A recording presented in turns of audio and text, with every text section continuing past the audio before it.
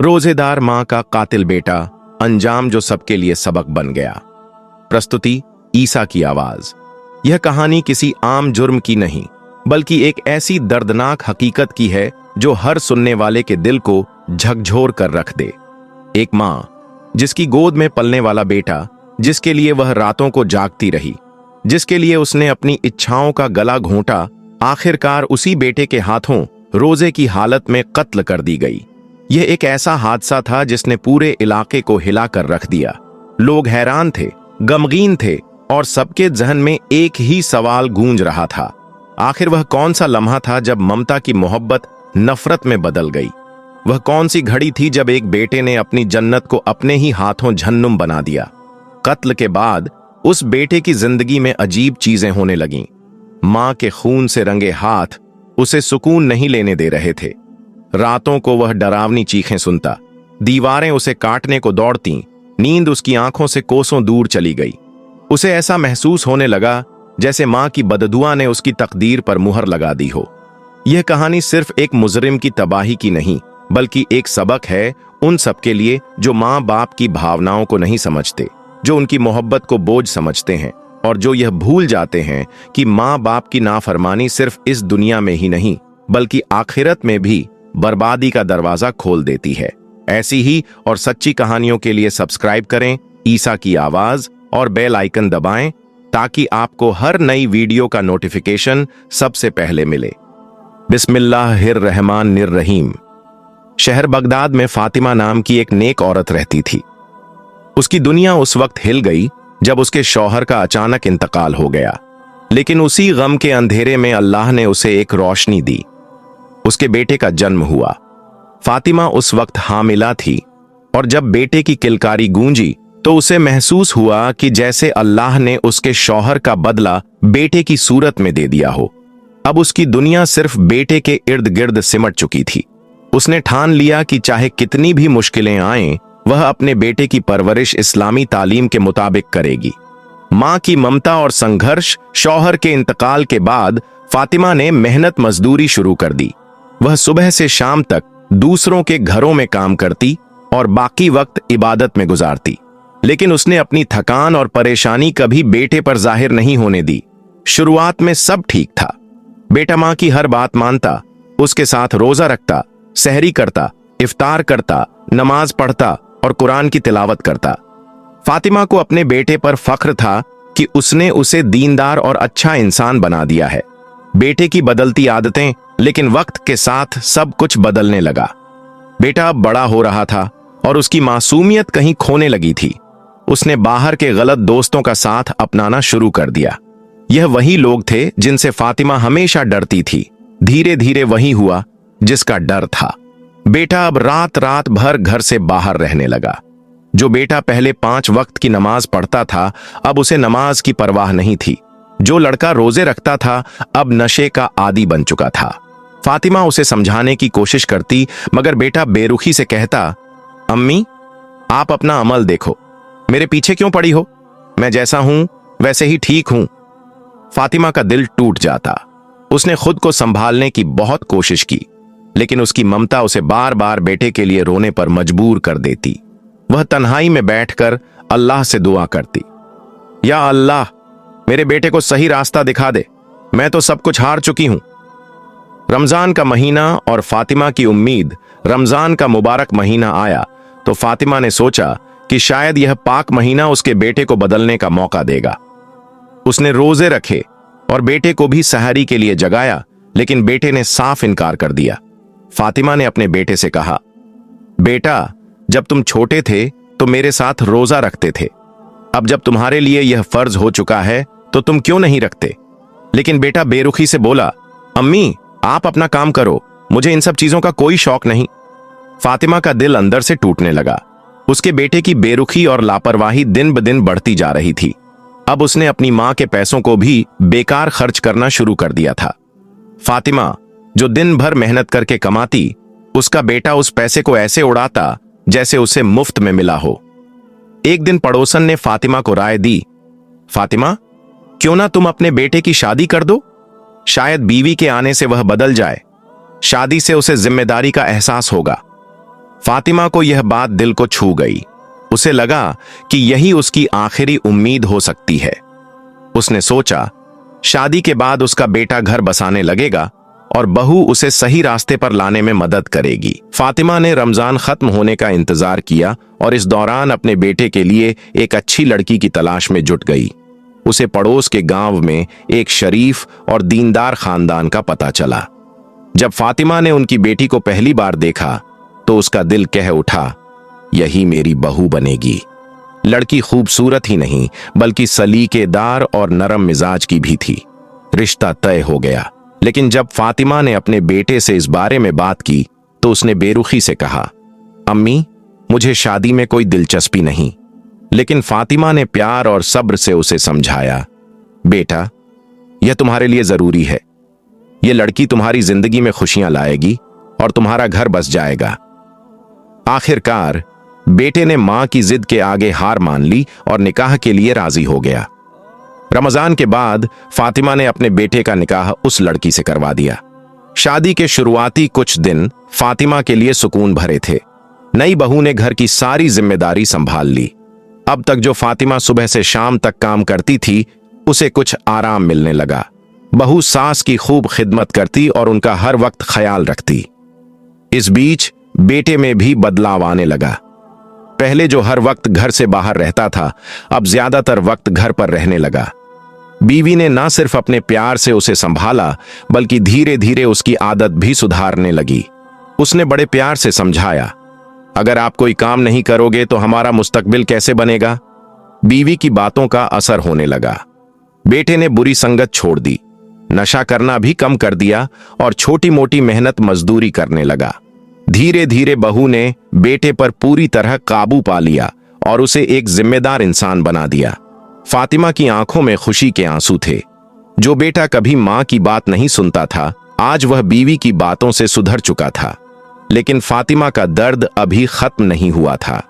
फातिमा का दर्द, एक मां की कुर्बानी और बेटे की बेवफाई। फातिमा एक बुजुर्ग औरत थी जिसने अपनी पूरी जिंदगी अपने बेटे की परवरिश में लगा दी। अपने खून पसीने से उसे पालकर एक काबिल इंसान बनाने की कोशिश की। लेकिन जब बेटे की शादी हुई तो उसका रवैया धीरे धीरे बदलने लगा। अब वह सिर्फ अपनी बीवी की बातें सुनता और अपनी मां से दूरी बना ली। एक दिन फातिमा ने बहू से मोहब्बत भरी आवाज में कहा, बेटी, अपने शौहर से कहो कि कभी कभी मेरे पास बैठ जाया करें, मुझे उससे कुछ बातें करनी है। लेकिन यह सुनकर बहू को जैसे आग लग गई। उसने यह बात अपने तरीके से तोड़ मरोड़ कर अपने शौहर को बताई। जब बेटा रात को घर आया तो गुस्से से भरा हुआ था। वह सीधा अपनी मां के पास गया। लेकिन आज वह ममता से भरा बेटा नहीं था बल्कि गुस्से में पागल इंसान था। बेटे की बदतमीजी और मां की बेबसी गुस्से में आकर उसने मां की चारपाई उलट दी। फातिमा जमीन पर गिर पड़ी। बेटा चीखने लगा, तुम्हारी हिम्मत कैसे हुई मेरी बीवी से ऐसी बात करने की? वो दिन भर घर का काम करती है और तुम कहती हो उसने मुझे तुमसे दूर कर दिया। तुमने मेरी जिंदगी में किया ही क्या है? फातिमा सन्न रह गई। आज पहली बार बेटे ने उसे सिर्फ जज्बातों से नहीं बल्कि हाथ उठाकर भी चोट पहुंचाई थी। उसने बेटे की आंखों में देखा। फातिमा ने सोचा कि शायद इस पाक महीने में अल्लाह उसके बेटे को सच्चाई का रास्ता दिखाए। लेकिन जो होना था वह और भी दर्दनाक था। सहरी के वक्त मां को भुला दिया गया। रमजान की पहली सहरी का वक्त आया। फातिमा अपनी चारपाई पर बैठी इंतजार करती रही कि शायद बहू उसे आवाज देगी। वह जानती थी कि उम्र और थकान की वजह से उसे उठने में वक्त लगता है। लेकिन वक्त गुजरता गया और किसी ने उसे सहरी के लिए नहीं बुलाया। उसने सोचा शायद बहू खाना बना रही होगी और बुलाने ही वाली होगी। लेकिन जब सहरी का वक्त खत्म हो गया तो वह समझ गई कि उसे जानबूझकर भुला दिया गया है। उसकी आंखों में आंसू थे लेकिन दिल में अल्लाह के लिए सच्ची नीयत। उसने खुद को तसल्ली दी, शायद यह मेरा इम्तिहान है, अल्लाह सब देख रहा है। और फिर भूखी रोजा रखने के लिए उठ खड़ी हुई। आगे क्या हुआ? क्या फातिमा का बेटा कभी अपने किए पर पछताया? क्या अल्लाह ने इस जालिम बेटे को सजा दी? फातिमा की बेबसी, एक मां की इबादत और बेटे की बेरुखी। रमजान का पाक महीना था लेकिन फातिमा के लिए यह इबादत के साथ सब्र और तकलीफ का इम्तिहान भी बन गया। कमजोरी के बावजूद उसने रोजा नहीं तोड़ा, मगर जब इफ्तार का वक्त आया तो वह फिर इंतजार करने लगी कि शायद बेटा या बहू उसे बुलाए। कमरे से लजीज खाने की खुशबू आ रही थी। जब इफ्तार का वक्त हुआ तो उसने सुना कि बेटा और बहू मिलकर हंसते हुए खाना खा रहे थे, लेकिन किसी ने उसे बुलाने की जहमत नहीं की। बेटे की बदतमीजी और मां की बेबसी, आखिर फातिमा ने हिम्मत करके बेटे को आवाज दी, बेटा जरा मेरे पास आओ। बेटा कमरे से बाहर आया, लेकिन उसके चेहरे पर नाराजगी साफ झलक रही थी। रूखे लहजे में बोला, क्या है, क्या काम है? फातिमा ने धीमी आवाज में कहा, बेटा मैंने भी रोजा रखा था, क्या मेरे लिए कुछ खाने को है? बेटा गुस्से से बोला, हम तुम्हारे नौकर नहीं हैं, मेरी बीवी पूरा दिन काम करती है, उसने खास तुम्हारे लिए भी रोटी बनाई थी, लेकिन अगर तुमने नहीं खाया तो यह तुम्हारी गलती है। तुम्हें आवाज दी थी, लेकिन शायद तुमने सुना नहीं। फातिमा सन्न रह गई, लेकिन उसने खुद को संभाला और लड़ाई से बचने के लिए नरम लहजे में कहा, अच्छा खैर कोई बात नहीं। बेटा गुस्से में वापस चला गया। बहू ने सिर तक चादर खींची और सोने का नाटक करने लगी। इफ्तार की मायूसी फातिमा चुपचाप उठी और लड़खड़ाते कदमों से रसोई में गई। वहां एक बासी रोटी और थोड़ा बचा हुआ खाना पड़ा था। उसी को गर्म किया और अकेले इफ्तार कर लिया। उस रात फातिमा की आंखों से नींद गायब थी। वह अपनी जिंदगी के हर पहलू को याद करने लगी। कैसे उसने अपने बेटे को अकेले पाला था, कैसे उसकी हर ख्वाहिश पूरी की थी, लेकिन आज वही बेटा उसकी जरूरतों को अनदेखा कर रहा था। अब वह समझ चुकी थी कि उसका बेटा पूरी तरह बहू के काबू में है। सहरी में भूखी प्यासी मां, अगली रात भी कुछ ऐसा ही हुआ। गर्मियों की लंबी रात थी। फातिमा बिस्तर पर लेटी हुई थी। उसकी आंखें बार बार दरवाजे की तरफ उठतीं, इस उम्मीद में कि शायद बेटा या बहू सहरी के लिए उसे बुला ले, लेकिन ऐसा कुछ नहीं हुआ। थोड़ी देर बाद कमजोर और लड़खड़ाते कदमों से उठकर वह रसोई की तरफ चली।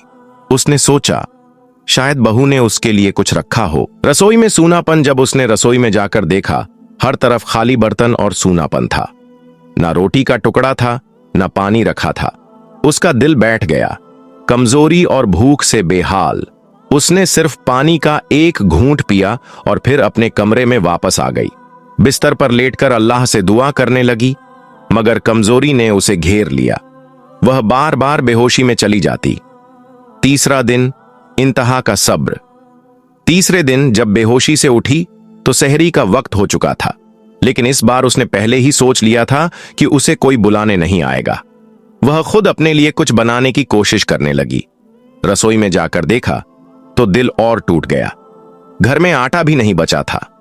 अब उसके पास कुछ भी नहीं था। उसने अपने कमजोर हाथों को उठाया और अल्लाह से दुआ की, या अल्लाह मुझे सब्र दे कि मैं इस हालत को बर्दाश्त कर सकूं।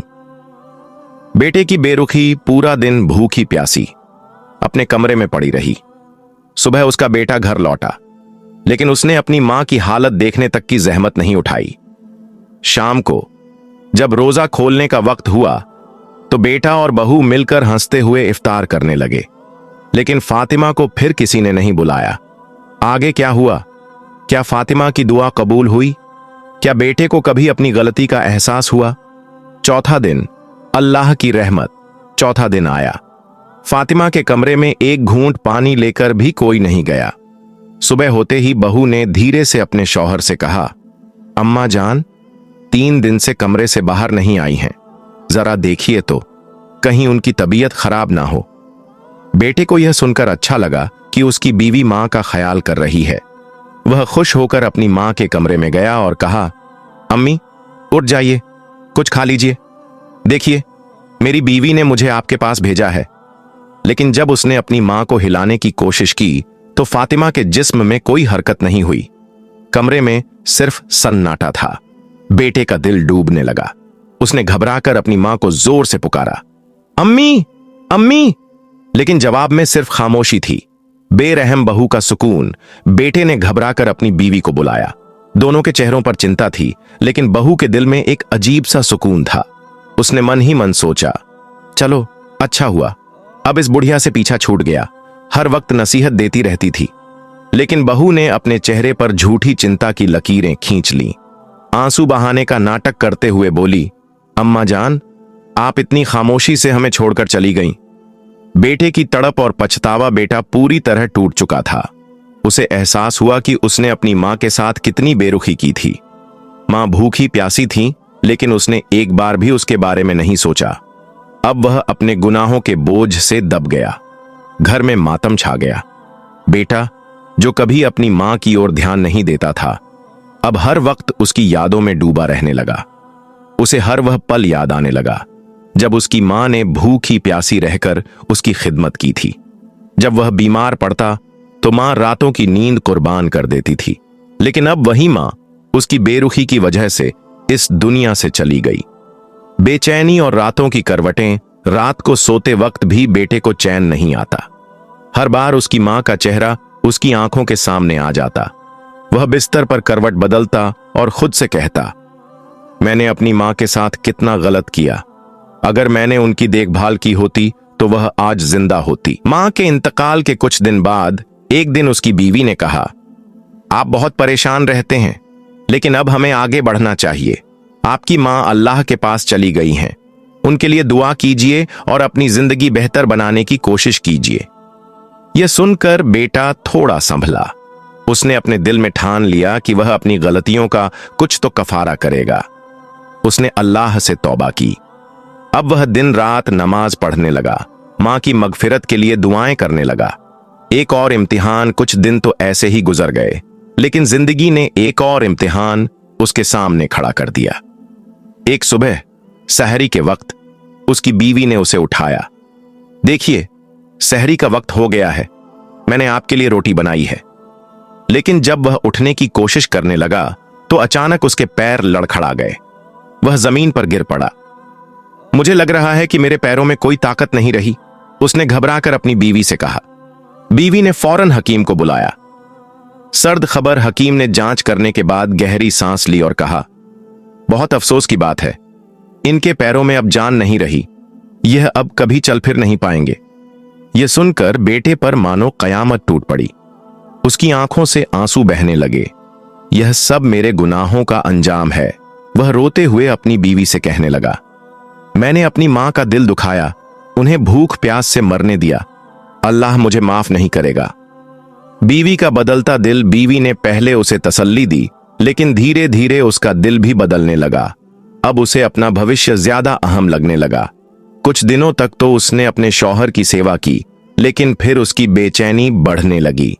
दारी का दूसरा वार एक दिन उसने साफ लफ्जों में कह दिया, देखिए, मैं अभी जवान हूं, किसी से भी शादी कर सकती हूं। आपकी खिदमत करते करते थक गई हूं, मुझे अपना मुस्तकबिल देखना है। मैं इस तरह के बीमार और लाचार इंसान के साथ जिंदगी नहीं बिता सकती, मुझे तलाक दीजिए। बेटे पर दूसरी मुसीबत टूट पड़ी। अब उसके पास कोई चारा नहीं था। उसने मजबूरी में अपनी बीवी को तलाक दे दिया। अब वह अकेला था, ना मां का साया था, ना बीवी का सहारा।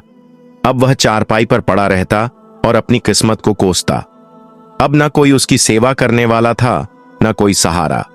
वह रो रो कर अल्लाह से माफी मांगता, या अल्लाह, मुझे माफ कर दे, मैंने अपनी मां का दिल दुखाया, मेरी वजह से उन्होंने भूख प्यास में जान दी, मैं कातिल हूं। इस कहानी का मुख्य सबक यह है कि हमें अपने माता पिता और परिवार के साथ अच्छा व्यवहार करना चाहिए, क्योंकि उनके प्रति की गई गलतियों का परिणाम हमें भुगतना पड़ सकता है। कहानी में बेटे ने अपनी मां के साथ बुरा व्यवहार किया, जिसके कारण उसे जीवन में कई कठिनाइयों का सामना करना पड़ा। उसकी पत्नी ने भी उसे छोड़ दिया और वह अकेला रह गया। यह दिखाता है कि हमारे कर्मों का फल हमें जरूर मिलता है। इसलिए हमें हमेशा दूसरों के प्रति दयालु और जिम्मेदार बनना चाहिए, खासकर अपने परिवार के प्रति। साथ ही अल्लाह पर भरोसा रखना और अपनी गलतियों के लिए माफी मांगना भी जरूरी है, क्योंकि सच्चे पश्चाताप से ही हम अपने जीवन को सुधार सकते हैं।